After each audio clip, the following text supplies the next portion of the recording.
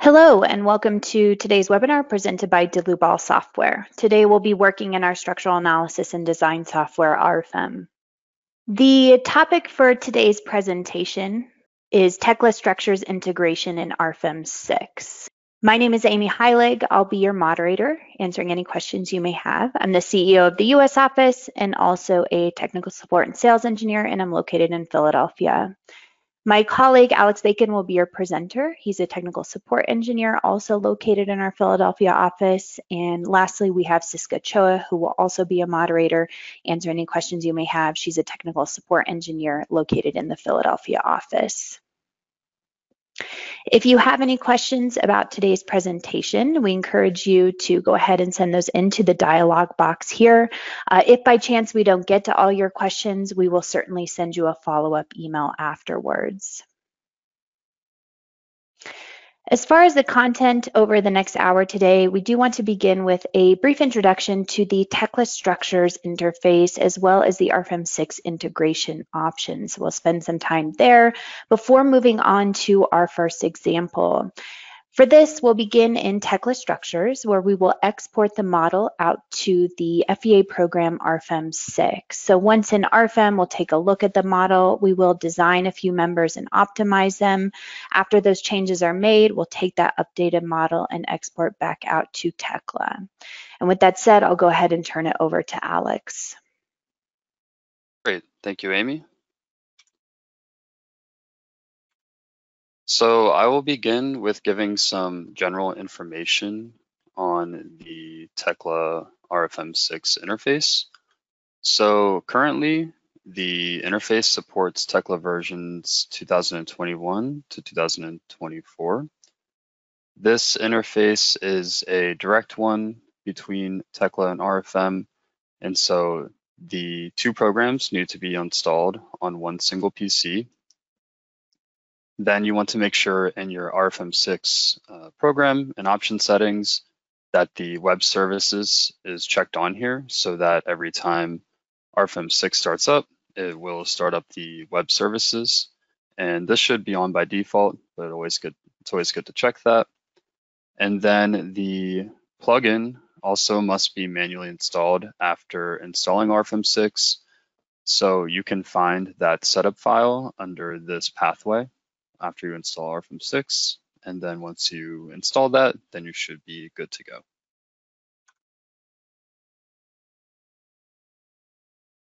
The structural objects that can be transferred between Tekla and RFEM 6 include members and surfaces, sections and materials, supports and hinges, along with rigid links.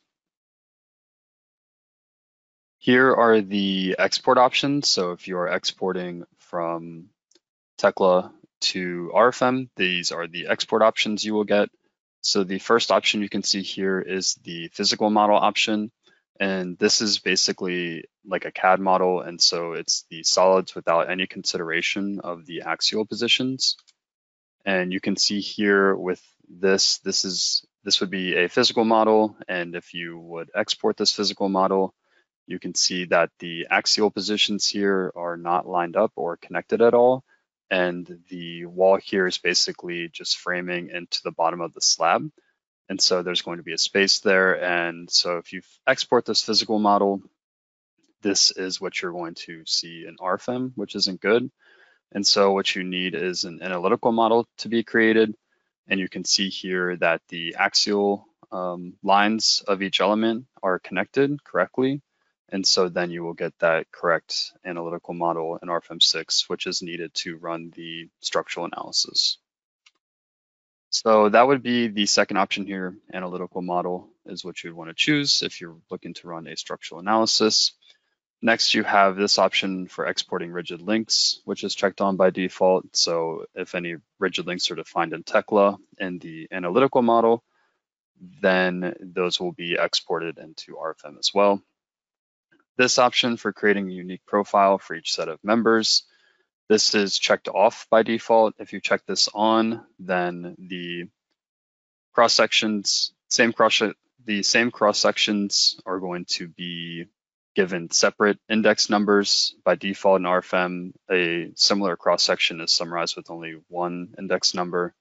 And so you will get unique index numbers for similar cross sections if you check this on. Next option is setting the global z-axis. By default, this is set to upward in RFEM, but if you want to check this, it'll be set to downward. And then lastly, these options if you want to create a new model in RFEM when you export, or you can overwrite the current model that's open in RFEM. Then we have our import options. So here we have a couple import types. This is when you're going from RFEM to Tekla. So you can overwrite an existing model, you can append an existing model, or update an existing model. Overwrite means it'll completely wipe the file and everything will be started from new when importing in. Appending is more for adding if you're looking to add some additional members or parts to the model. And then update should be used if you're looking to update things like materials, cross sections, and then it can also do new objects as well. And then here's some mirroring options if you're using the overwrite or append option. And so you can choose to mirror about the X, Y, or Z coordinates with that option. Next is the conversion tables. The conversion tables are used for mapping the cross sections and materials between RFEM and Tekla. This is required since the names of materials and sections between the two programs are not completely the same. And so these conversion mappings are needed. And this table is what's used in Tekla to enter those conversion mappings. And so the left-hand side column here controls the conversions for exporting from Tekla to RFEM. This right-hand column controls the conversions for importing from RFEM to Tekla.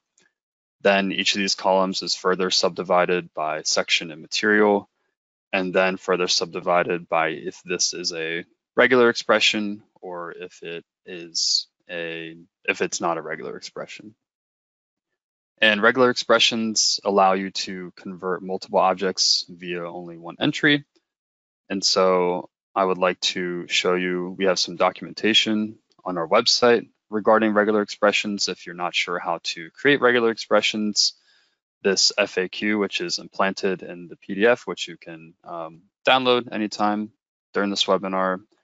And so a regular expression is basically allows you to convert a whole series of sections with just one expression. So down here is a normal conversion. So you have the IP 120, name in Tekla, and then the name in RFEM 6 here. And so that's mapped out, but it's only that one section.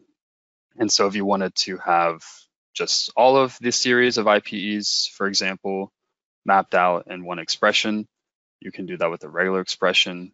And so with that, you would take the 120, for example, or any number here and use this expression to map that out or to be able to enter in any number in Tekla. And then that is linked with this number 1 here index for the RFEM 6 name. And so then that allows you to enter any number in and have that conversion work out. And then you can see down here in the conversion table, this is what entering that expression would look like. So on the left-hand side here, you have the Tekla name. On the right-hand side, you have the Dlubal or RFEM 6 name. And so you would create a new expression. And when creating a new expression, you choose if it's a regular expression, if it is a import or an export conversion, and then you can choose if it's a section or material with that dropdown. And so that is how the conversion tables work. Next, I would just like to go through a couple examples of possible workflows between RFEM and Tekla using this interface. So the first possible workflow is to take the analytical model in Tekla and export that into RFEM. So information about sections, materials, supports, etc. will be exported into RFEM. Then in RFEM, you can add some loads and run an analysis and do some design and optimization. And then any sections or materials or new objects that are added or changed in RFEM can be updated back into the Tekla model. The second possible workflow is pretty similar to the last one. Basically, you can take just a simple or just a part of a Tekla model and export that into RFEM and do your modifications and design work and optimization, and then update that back into the Tekla model. So you can see here just part of it. This is what we will be doing today for our example. And then the third possible workflow is taking a structural analysis model from RFEM that you've modeled and created with some loads and design and optimization. And then that can be imported. The complete model can be imported to Tekla or only part of it. And then you can continuously update that Tekla model as you make changes such as sections and materials and etc. And so now that's all I have to say for the presentation portion. And so now I'm going to open Tekla. And so up here in the ribbon, you can see we have the Dlubal tab. And under the Dlubal tab, we have our buttons here for exporting and importing into RFEM, and along with the conversion tables. So with the conversion tables here, you can see I have my materials and sections defined for exporting to RFEM. I would like to say that with these conversion tables, once you create these conversions, you can use them for all future projects. And we may even have some in here that some common materials and sections in here defined. So you may not have to define all materials and sections. And with that said, so I want to now export this model into RFEM. So I'm going to move the window over, and you can see here I have a blank model of RFEM opened up. And so now if we export to RFEM the physical model, we can see what that looks like. And so the connection between the two programs is going to be made. And then once that's made, you can see the status in the bottom left-hand corner of RFEM. Will show that the data is being transferred. And now we can see our model in RFEM. And I'm going to turn off the numbering and also the axes in the grid. And so if we zoom in here, you can see that it looks like our members are connected. So it looks like our beams are connected to our columns. And if we go into Tekla, we can see that that is also the case. But in RFEM, if we change our model from a rendered view to a wireframe view or an analytical view, you can see that those members are not actually connected in the wireframe. And so what we need to do to fix this is in Tekla, we need to create what is called an analytical model. And so to do this, we can go up here to the analysis and design, and we can open up the analysis and design window here. And this is where we can create a new model. So we will click on create new, and this will open up another window with some basic properties to define. So in this dropdown, these are just some old RFEM 5 presets that we don't need to pay any attention to, so we want to set those to blank. And then for the name, we will give it steel, because we're only going to focus on the steel portion of this model. It is possible to export the concrete surfaces as well, but we are just going to focus on the steel for now. You can also then define some more settings here, and once you have those defined, you can save them as a preset. You can see here that I have a preset defined, and so I can choose that and click load. And so now all of my settings here from that preset have been loaded in, and so then you don't have to define these every time. And so now I'll click OK, and we have our analytical model created there. And now what we need to do is select all of our steel members to be imported into, or to be taken into consideration as the analytical model. And one thing I would like to note is if you have any connections here or any steel connections, you can have those not be selected because we don't want to create analytical models based on any of the steel components or steel connection components that are defined in Tekla, because then those are just profiles and they won't transfer over to RFEM correctly. So you can turn this button here off, and so you won't select those components when selecting the model that you would like to convert into an analytical one. So once you select those members, we can click Add Selected Objects, and so now we have our members here. You can see we have our analytical members created. And these are generated based on the axes of the beams and the columns. So that is how they reference the center of the beams and columns. And I can double click on one of these to show you those properties. So you can see here this beam is defined as a beam with some start and end releases. You can see by default these are pin connections on all of these. So what we want to do, and you can change this setting in the future so they are rigid connections, but for now I'm going to highlight the whole model and I'm going to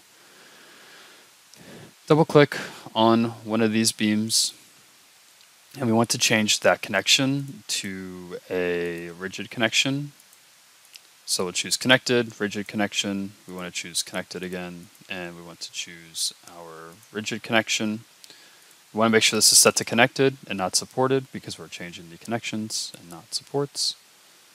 And so once that is selected, we actually want to re-highlight the model here and click Modify. And so now all of our connections are set to rigid. Doing that though, changed our columns, our classification of our columns. So let's double click on one of our columns. We want to change that back to column, and we can highlight our columns here, change those back to column, modify, and click OK. So now all of our connections here should be rigid.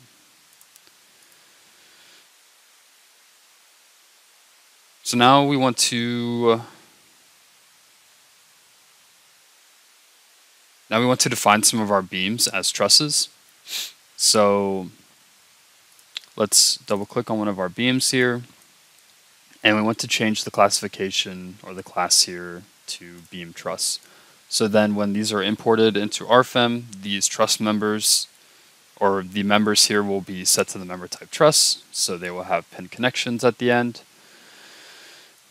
And so now that we changed that, we want to select all of the members that we have that we want to change to truss members. So once we highlight them, we can choose Modify and click OK.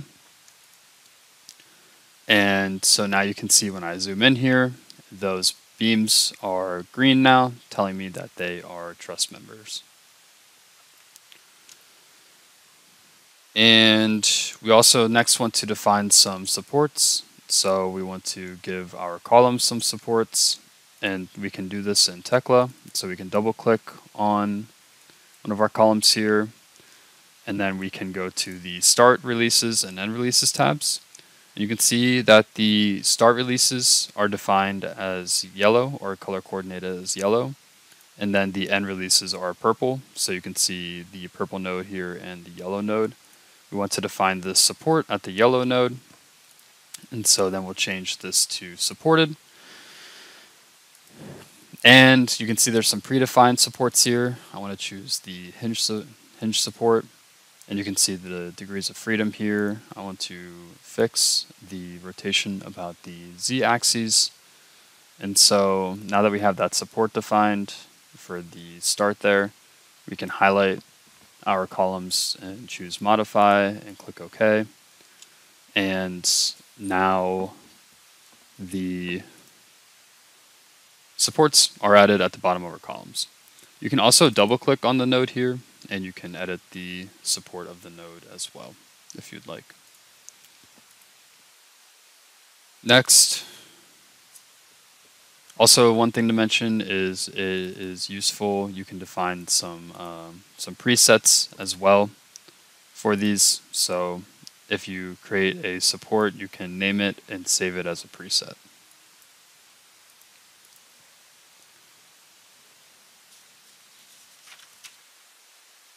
Next, we want to add some supports to our steel members here that are framing into our concrete model portion here. So we'll double click on those, and you can see here that we want to edit this end purple node. And so we want to make this a hinge support with a, well, it's going to be a roller in the X hinge support. So we want to free up the translation in the X direction and fix the rotation about the Z. And again, you could save this as a roller and X support. Click Save As, and then that will be entered there. And so we want to apply this support to all of our members here and choose Modify.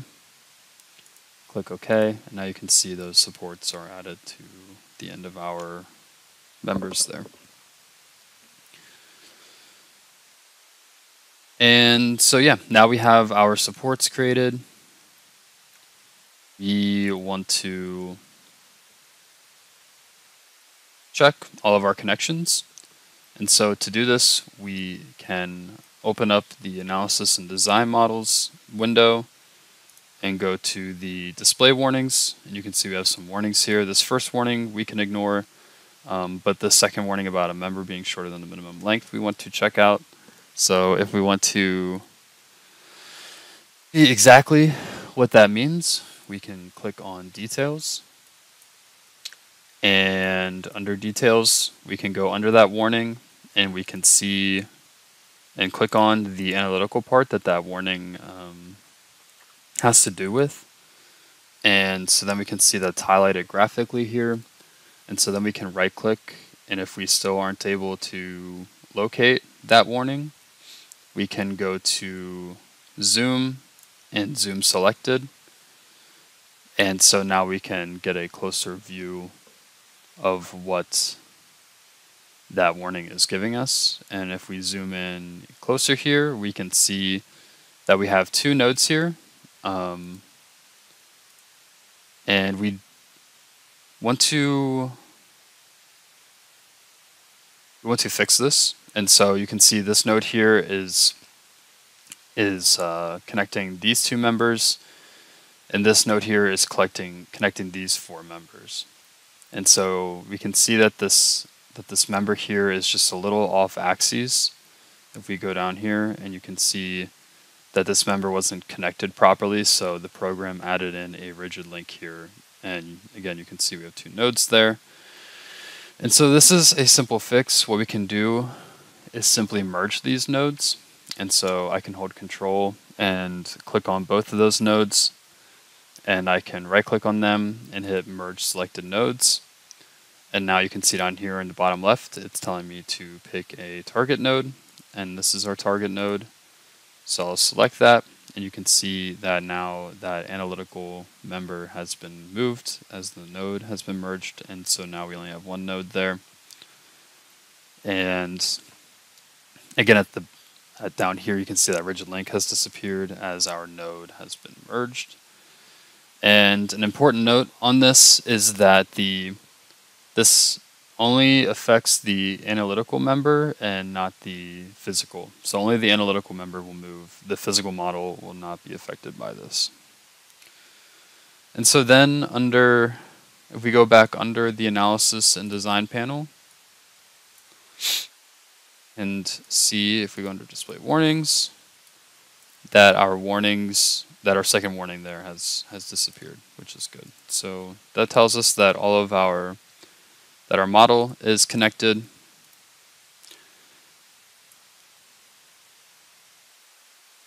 And so now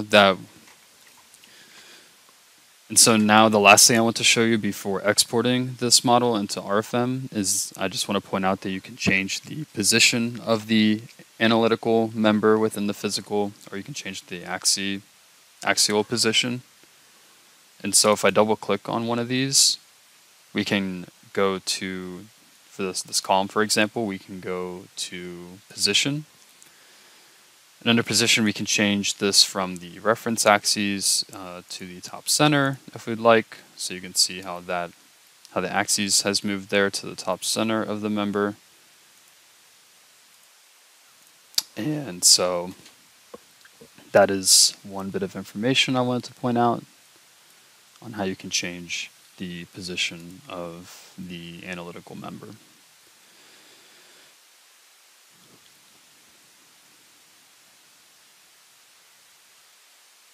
So now let's transfer our analytical member into RFEM.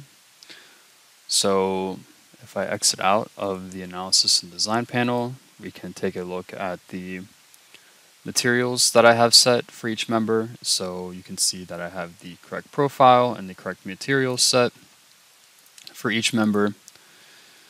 And this is mapped out again in my conversion tables here. So I have my W shapes here entered as a regular expression. And so all of my W shapes are converted. And then I have my steel A992 material here set for the export and mapped out correctly as well.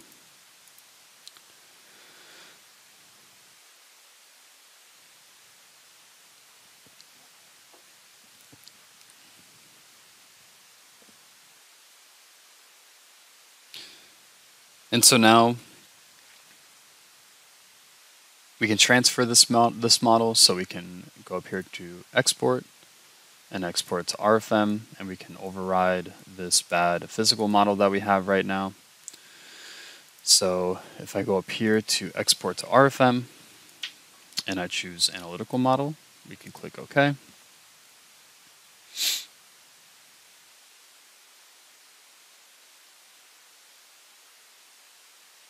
And so that connection is being made. Again, you can see the status there. And now we have our analytical model. RFEM. So if we zoom in here, we can see everything is connected properly. And we can also change the rendering. And so now we can see that if I change my rendering down here to be based on the section, we can see that the correct sections have been imported in, my correct W shapes, along with the correct material and the correct member type as well. So these member types are set to truss, which means they have pinned start and end conditions, so moment transfer will not be there, it's released. We have our correct supports down here, we have our hinge supports, and also our roller supports here. So I can double click on one of those, take a look at that. And so now we want to define our X bracing. And so to do this, we can go up here to create a new single member. I want this member type to be set to tension.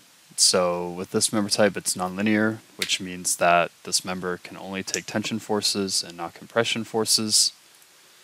And then under the section tab here is where I can define my section and material. So I'll open the section library and I will go to my standardized steel bars. I filter to the ASC and we want to choose our 3/4 of an inch diameter bar. Then we want to give this the correct material. So under steel, ASC 360/22, we want to choose the Steel Imperial A336 material. now that we have our material and section defined, we can click OK. And now we can draw and snap to the nodes here to create our brace members, making sure to snap to our nodes so everything is fully connected, like so.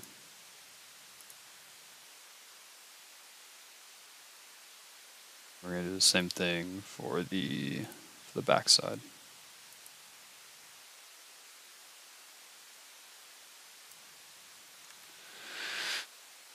So now our X bracing is defined. You can see that here. And we can move on to adding our loading in. And so before we add the loading, we have to create load cases for the loading to be assigned to. And if I go up here to my base data, under add-ons, you can see the combination wizard and classification has been set. So the so our standard here, the AC7, we can have our action categories set based on that, and then our load combinations created automatically. We have our load wizard turned on, so we can create or use the snow or wind load generator, and this is where you can set that standard.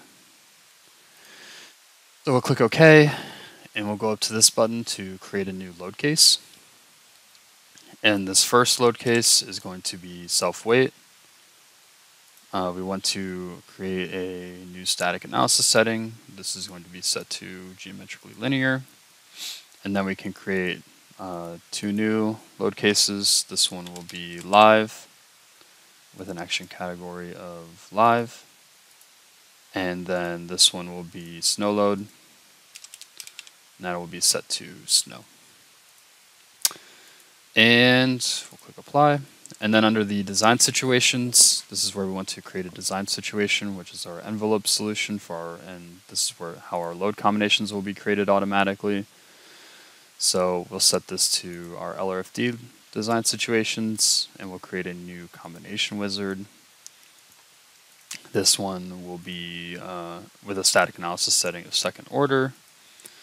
This combination wizard will create load combinations automatically based on the AC7, and you can see here those combination rules from the standard with the factors and everything, so you can get a good look at that.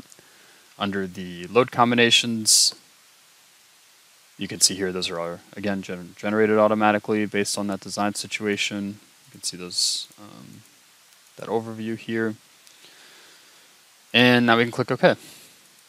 Now we have our load cases that we can assign our loading to. We'll start off with live load. We're going to keep self-weight. We're not going to change self-weight at all. We're just going to have that be self-weight, which is generated automatically. And for our live load, we want to use one of our load generators. So if we go up here to insert, and go into load wizards, we have a load generator called member loads from area load wizard. So we can create member loads via an area load. And so here we have live load set to uniform and the global Z direction. And now we just want to give this a magnitude. And so then under geometry, we want to select the geometry or the corners of this area. So I'm going to add this to this first floor here and select all of my corner nodes using that graphical button. And then we also want to remove influence from members parallel to this straight member here and selecting that graphically and then clicking OK.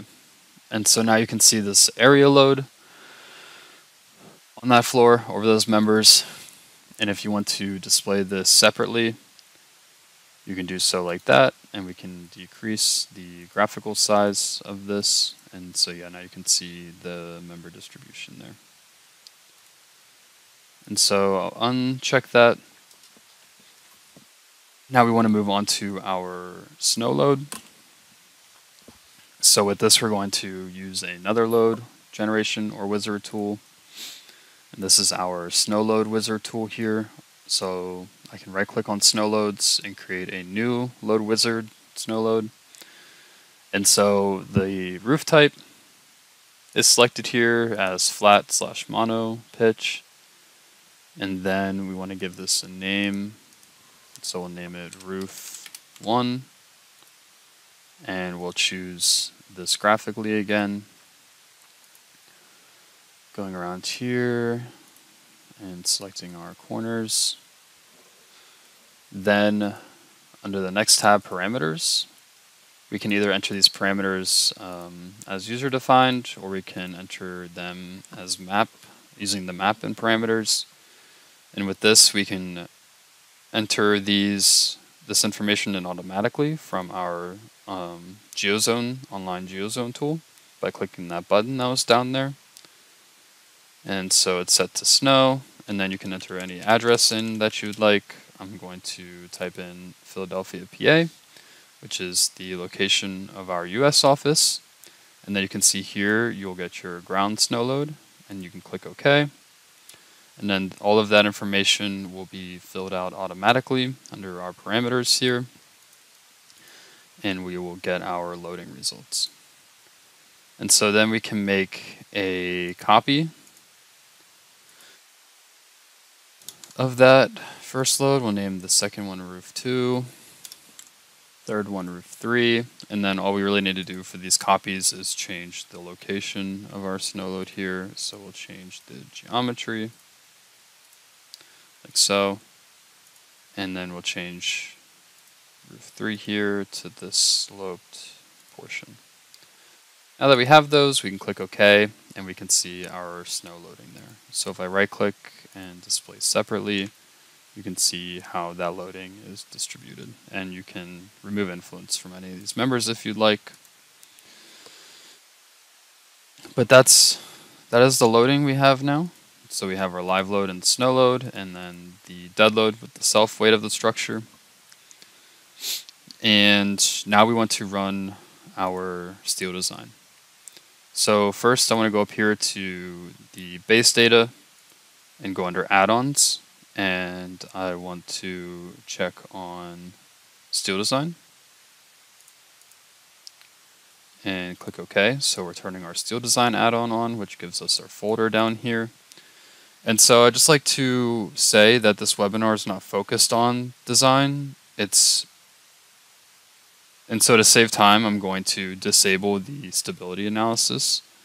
And so to do that, I can right click on my strength configuration settings here and go to edit and turn off perform stability design and click OK.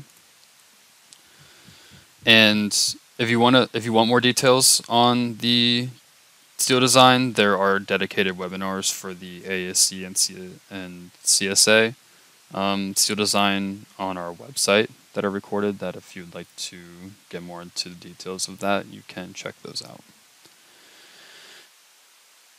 And so now we can run the steel design by going down here into our tables and going to steel design. You can see for our input data, we have our design situation. So we're just looking at our strength limit state.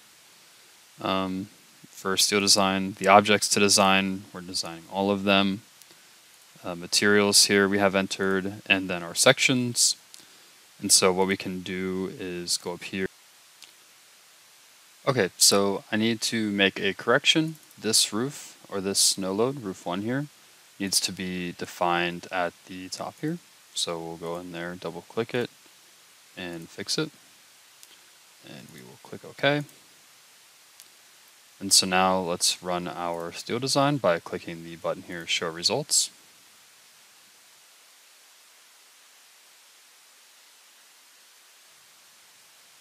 So the steel design will run.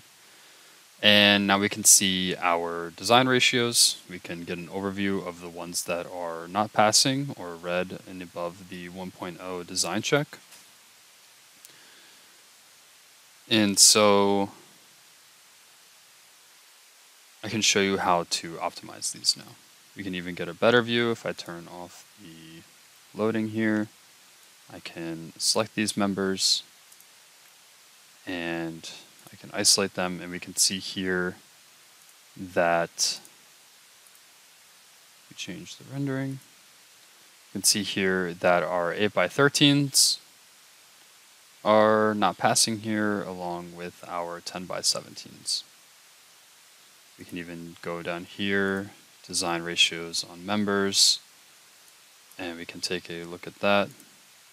So we can even get our design detail checks. And we can also look at these design ratios by section. So again, our 8x13 and our 10x17. So we can go to the input data, go under sections here, and then we can go to our 8x13 here and choose to optimize this current row. And we can go under 10x17 and choose that option again. And so with this option, the program will choose the smallest section possible to get right below that 1.0 design ratio. And so we can go up here and click on Calculate All to rerun the calculation. And you'll see that optimization is being run for the steel design.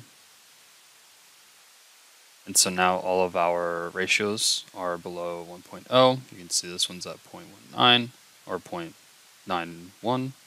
And if any of these ratios are too high for you, getting too close to 1.0, under the input data, we can go in here to the global add-on settings, and you can adjust that factor. So for the optimization to any factor you'd like. And so now that these sections have been optimized, we want to right-click on them. We want to right-click on them, and we want to choose this option to use all optimized sections in model. We want to click yes. It's going to delete the results because we're going to have to rerun the results based on the new self-weight.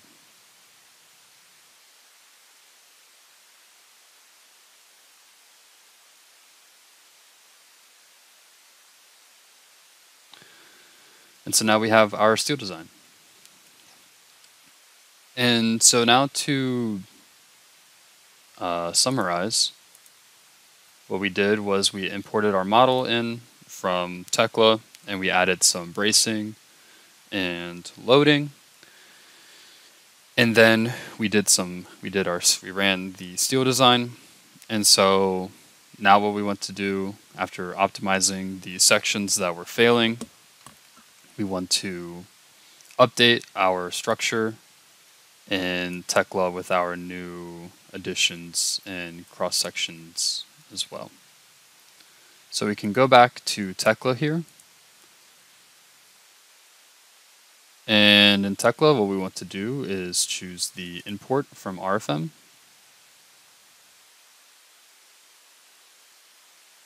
And that connection will be made between the two programs.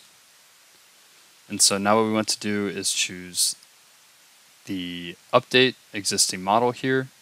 We also want to, of course, import in the analytical parts, and choosing update existing model, we can use these options down here to choose what we want to update. So we want to update materials, cross sections, thicknesses, and also add in some new objects and remove non-existing ones. So we'll click OK.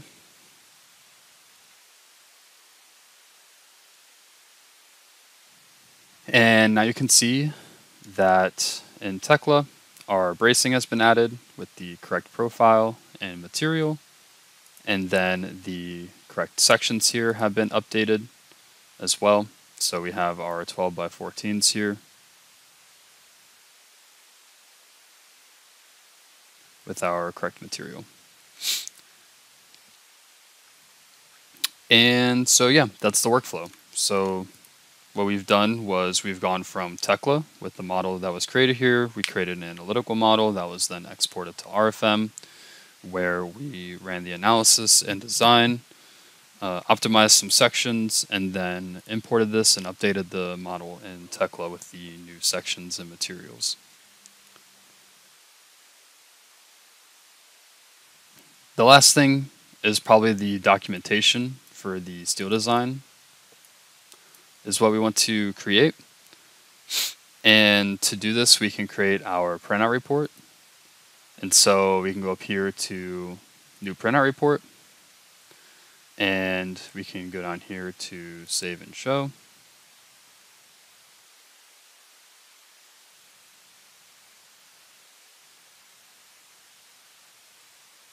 And so then the printout report will pop up here, and you can see here what it looks like. We have our pages, we have all of our information here laid out, so we have our materials, our sections, and then we have our steel design down here. So we have our objects to design, design situations, materials, and some results of our ratios. We can even get a design overview. And inside this printout report, we can also add in some graphics. You can keep the printout report open in the background while you're still using RFEM. So let's say we want to add this graphic. We can go up here and choose Print Graphics to Printout Report. And so then we have some options here. Maybe we want to check on window filling. And so then we can hit Save and Show. And so then we can see that graphic has been added to our printout report. And if you want to edit this graphic at all, you can right click and hit edit, and you can, frame it differently and change the perspective, and also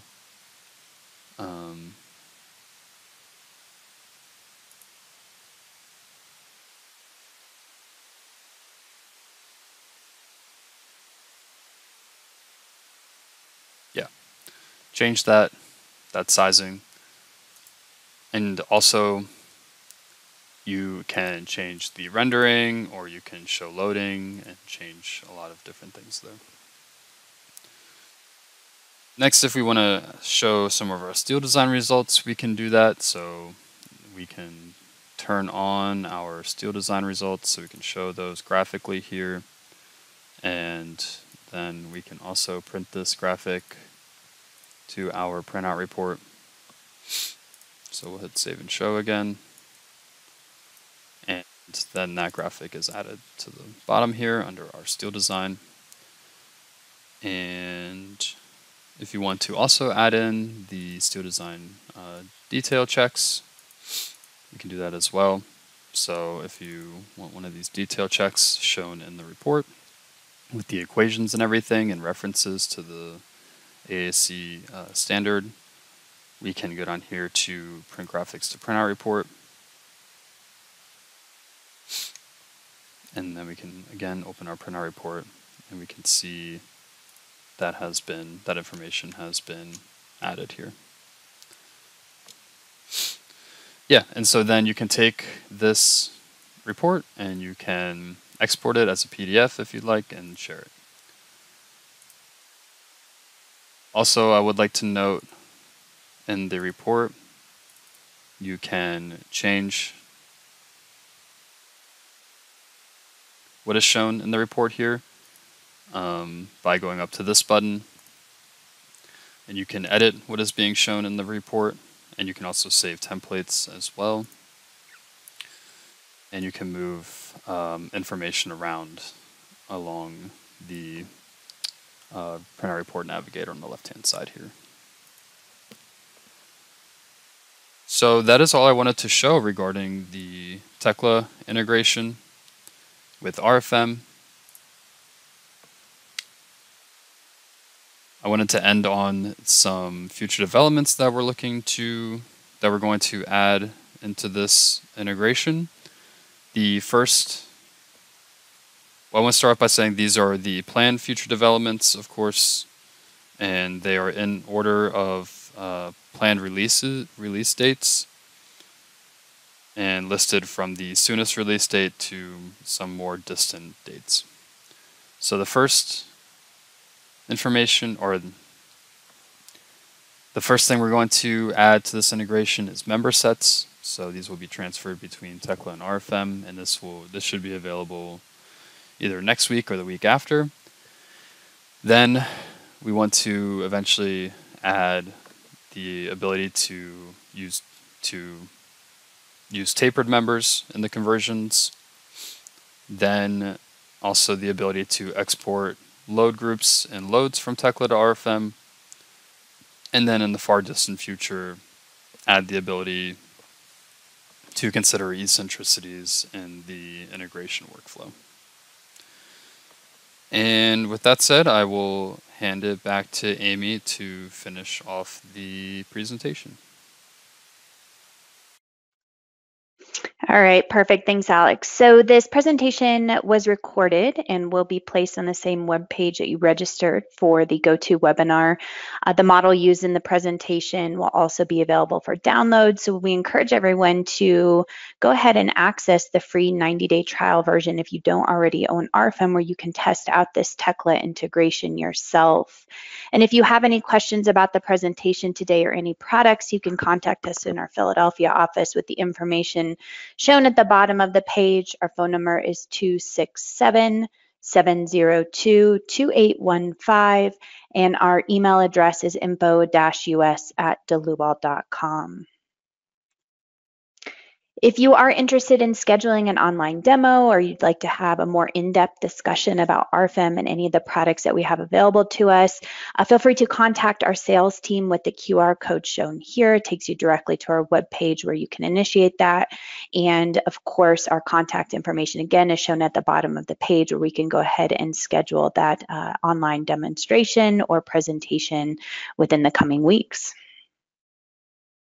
We will have many more upcoming webinars. These are presented about once a month. You can register at dlubal.com under support and learning webinars. As most of you know, we tend to send out a reminder email about a week before these take place, so just keep an eye out for that. PDH certificates will automatically be emailed to all participants who were here for the full presentation. That is a requirement that states that we are pre-approved providers, that you are here for the full 60-minute duration in order to receive that PDH. Now, if you did watch with a colleague or in a conference type setting and you yourself did not register with your own name and your own email with the GoToWebinar, you will need to request that PDH at the email address shown here, info-us@dlubal.com. So again, if you yourself did not register, but you were here for the full presentation, go ahead and send us an email requesting that PDH and let us know who you watched it with. Now, the PDH is not instantaneous. As soon as this webinar ends, it's typically sent out in the next 1 to 2 days through that email that you registered. And with that said, we want to thank everyone. And as always, we hope to see you at the next presentation. Thank you.